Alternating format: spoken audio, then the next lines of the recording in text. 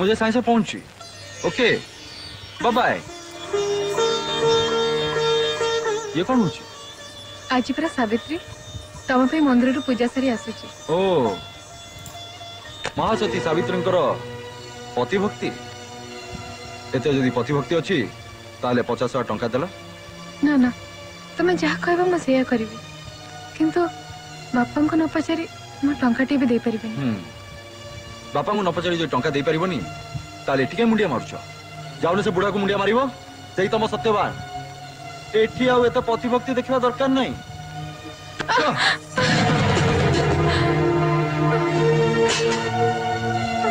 पतिभक्ति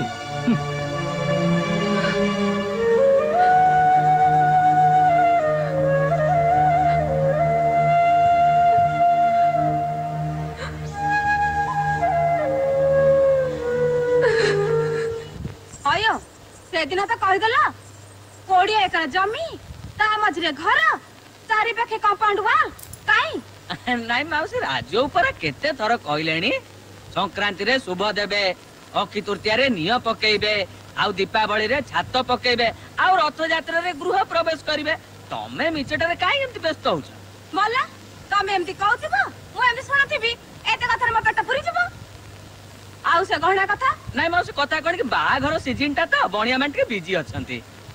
बणिया सारे कोन अछि आजि काली त ज्वेलरी दकान जहा गुजते माल पकेइबो कोन आनिबो। हां तार ठीक जे देखो जयपो मु तुमको सीधा सीधा कह दोची एथरा जदी खाली यात्रा आस ताल डली कथा तुम भूली जिवो। मां चोटी थिबो मोटा एकदम खराब कर दबो। आसिल राजू आमे से घर को जिबा। राजू बाबू से घर को तो सब दिन जाउच एतर असल घर को चल या भीतर 3 दिन हे गलानी तमर बोधे मने नहीं बापा खोजुचंती बुझल मनोज। ए डॉलीटा छाड़ी रह जमा इच्छा होनी। तू जा मु परे जीवी जा।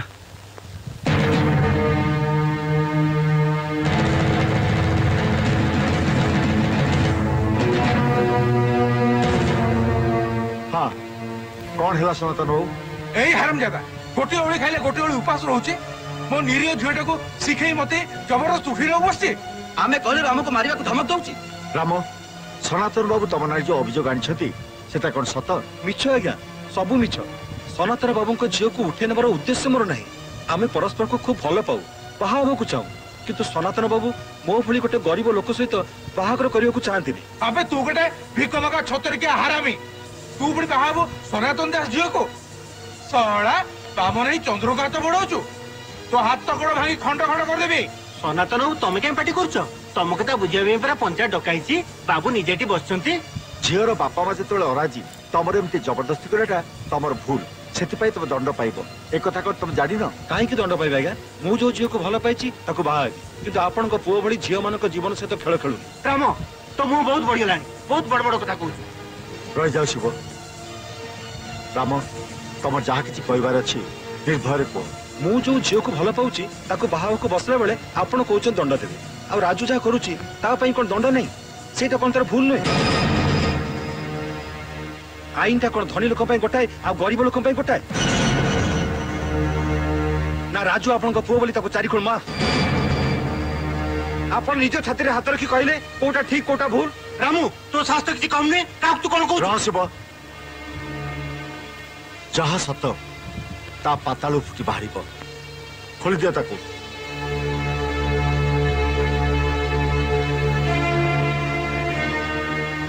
आसराम सनातन बाबू परस्पर को भल पाउथुवा दुईटी आत्मा को अलगा करबा उचित नहीं। रामर गरीब अवस्था जदि ता बाहागरे प्रतिबंधक हुए ताले मु राम को 5 एकर जमी आ 1 लाख टंका देबी। आपण बाहागर व्यवस्था करंतु। हेला हेला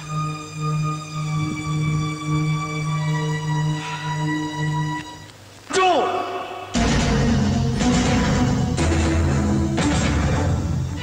परे गला से अपमान निहारी मोर सारा देह जलुची। 7 पुरुष कमे ए खानदान रो मान इज्जत सब मात्र मिसी जाइची। एमिति कुलांगार पुओ जन्म करी निंदा अपवाद सहिबा अपेक्षा ବରଂ ନିଃସନ୍ତାନ ହେବା ଭଲ। ମୁଁ ପଚାରୁଛି କୁଆଡେ ଗଲା ସେ? ରହ।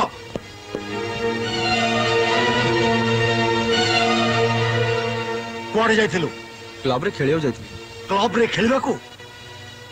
ଦୁନିଆ ଲୋକ କହୁଛନ୍ତି ତୁ ଝିଅ ମାନଙ୍କ ଇଜ୍ଜତ ନେଇ ଖେଳୁଛୁ। ଦୁନିଆ ଲୋକ ତ ବହୁତ କିଛି କହିବେ। ବାହାରେ କିଏ କଣ କହିଲା ବୋଲି ତମେ ତମ ପୁଅକୁ ସନ୍ଦେହ କରୁଛ? ତମେ ଚୁପ କର। ତମରି ପାଇଁ ସେ ଆଜି ଏତେ ଉଦ୍ଧତ ହେଇଛି।